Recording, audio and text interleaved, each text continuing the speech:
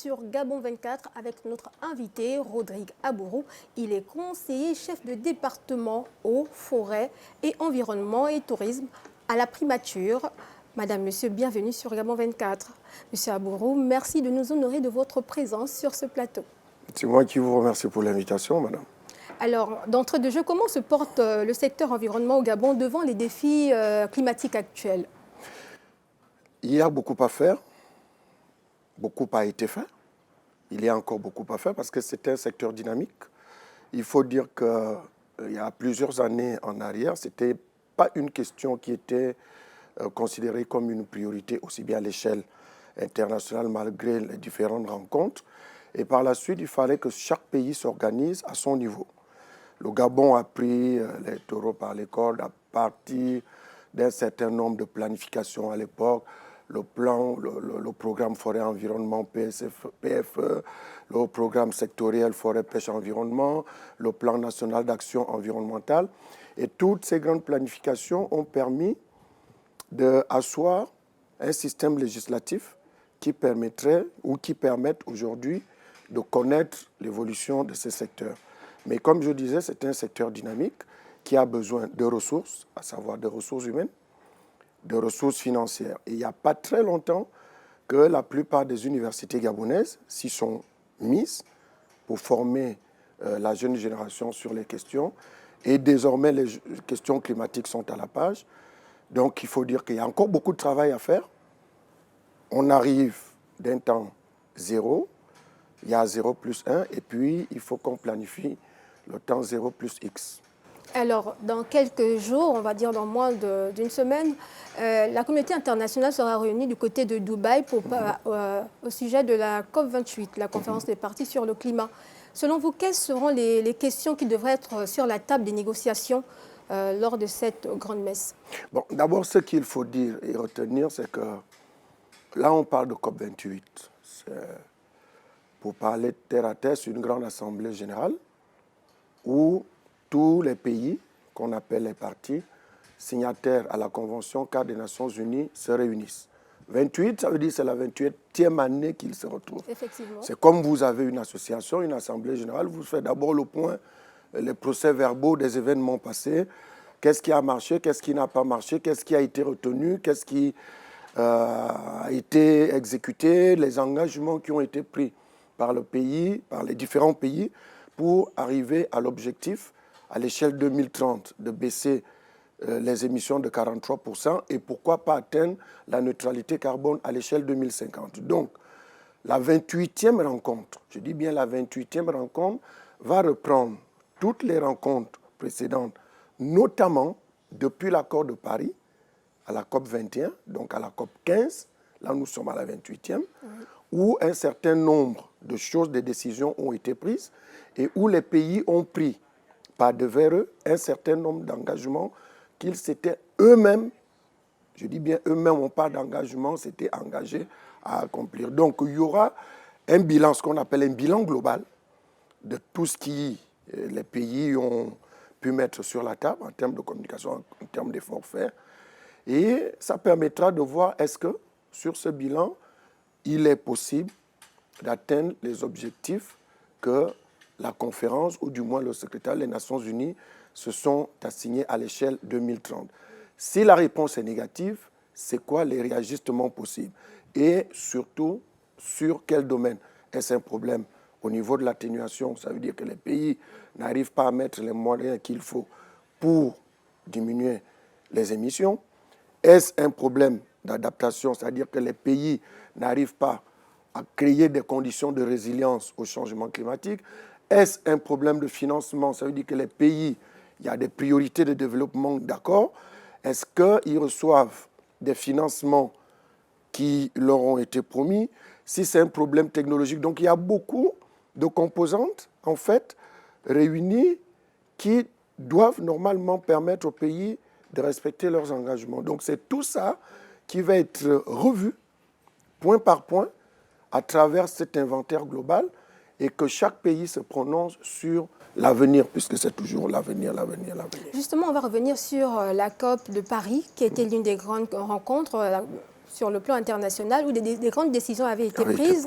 Après la COP de Paris, les grands pollueurs ont du mal à respecter leur engagement concernant les pays en voie de développement et dans le cadre des financements. Pourquoi ça bloque? Ben, ça bloque parce que c'est économique, c'est tout. Qu'est-ce que vous voulez que je vous dise?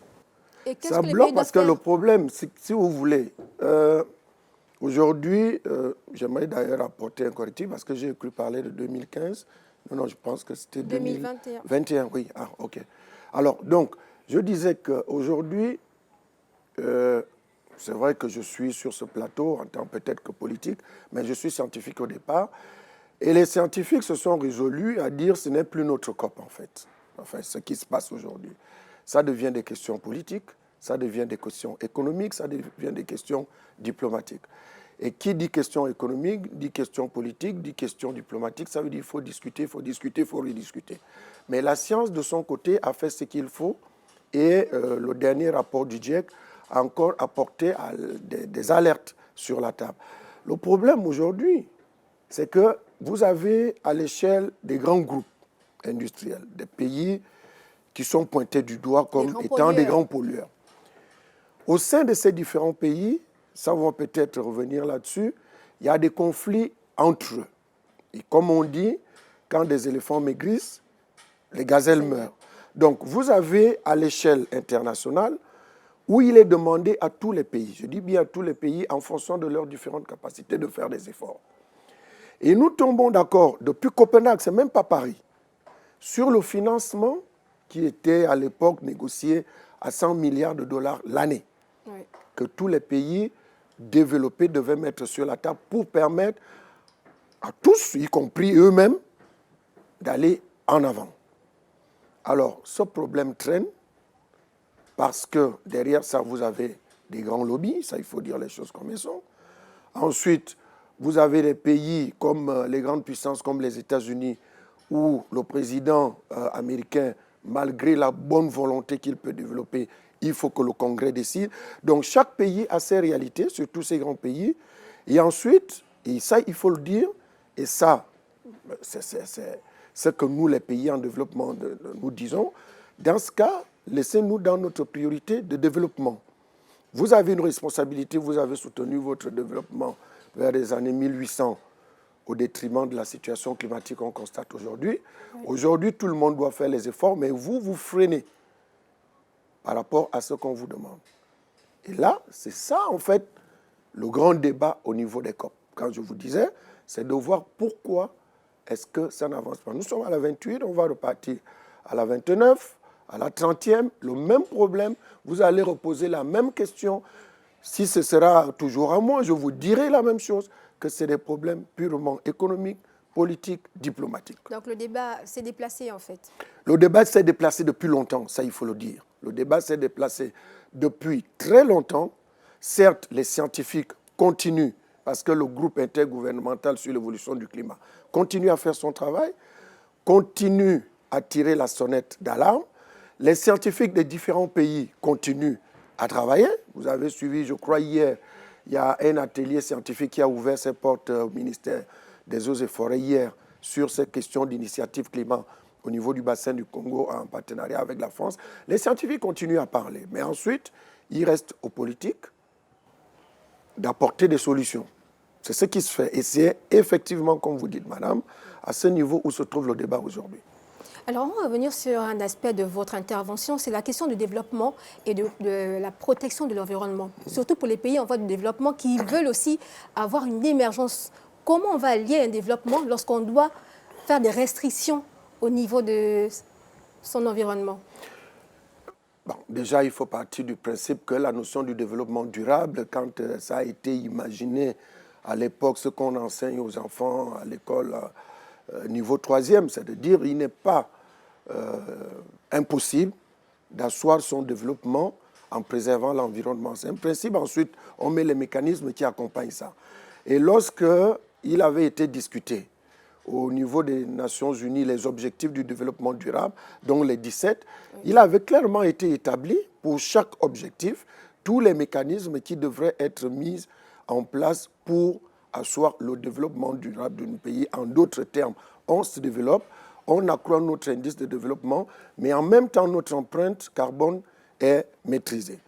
Et ça, quand on parle, par exemple, de l'accord de Paris, ce qui est dit dans l'accord de Paris par rapport aux engagements des pays, c'est de dire que la diminution des émissions doit s'inscrire en fonction déjà des capacités de chaque pays à faire, et dans un contexte de développement durable et de lutte contre la pauvreté. C'est très important.